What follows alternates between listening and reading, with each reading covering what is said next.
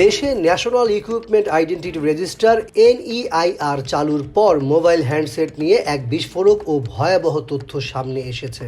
প্রধান উপদেষ্টার ডাক, টেলিযোগাযোগ ও তথ্য প্রযুক্তি মন্ত্রণালয়ের বিশেষ সহকারী ফয়েজ আহমেদ তৈয়ব জানিয়েছেন, দেশের মোবাইল নেটওয়ার্কে বর্তমানে লাখ লাখ ভুয়া ও ক্লোন IMEI নম্বর সংবলিত ফোন সচল রয়েছে। একটি মাত্র IMEI নম্বরে 3,91,00,000-এরও বেশি ডিভাইসের সংযোগ পাওয়ার চাঞ্চল্যকর তথ্য দিয়েছেন তিনি।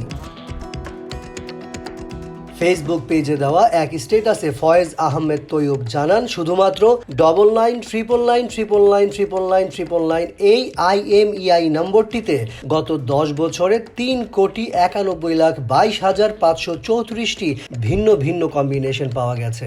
এছাড়া 440015202000 নম্বরে 19.5 লাখ এবং শুধুমাত্র 0 ডিজিটের IMEI নম্বরে 5,86,000-এর বেশি ডিভাইস চলছে।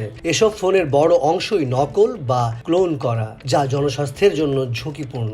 বিপুল সংখ্যক মানুষ এসব ক্লোন বা নিম্নমানের ফোন ব্যবহার করলেও সরকার এখনই কঠোর কোনো অবস্থানে যাচ্ছে না। ফয়েজ আহমেদ তৈয়ব পরিষ্কার করেছেন যে জনজীবনে অসুবিধা তৈরি হয় এমন কোনো পদক্ষেপ সরকার নেবে না। এসব নকল ফোন এখনই বন্ধ করা হবে না, বরং সেগুলোকে গ্রে তালিকায় অন্তর্ভুক্ত করে ট্যাগ করা হবে। তিনি সতর্ক করে বলেন, এসব ফোনের রেডিয়েশন বা নিরাপত্তা সংক্রান্ত কোনো পরীক্ষা কখনো হয়নি, যা দীর্ঘমেয়াদে ব্যবহারকারীদের জন্য ক্ষতিকর হতে পারে।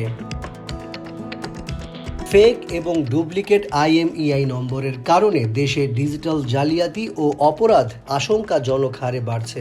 বাংলাদেশ ব্যাংকের 2024 সালের প্রতিবেদনের বরাতে তিনি জানান, দেশের 73% ডিজিটাল জালিয়াতি ঘটে অনিবন্ধিত ডিভাইসের মাধ্যমে। এছাড়া 2023 সালে হওয়া KYC জালিয়াতির 85%ই ছিল অবৈধ বা পুনঃপ্রোগ্রাম করা হ্যান্ডসেট। গত এক বছরে প্রায় 1.8 লাখ ফোন চুরির রিপোর্ট হলেও IMEI জটিলতার কারণে অধিকাংশ ফোন উদ্ধার করা সম্ভব হয়নি।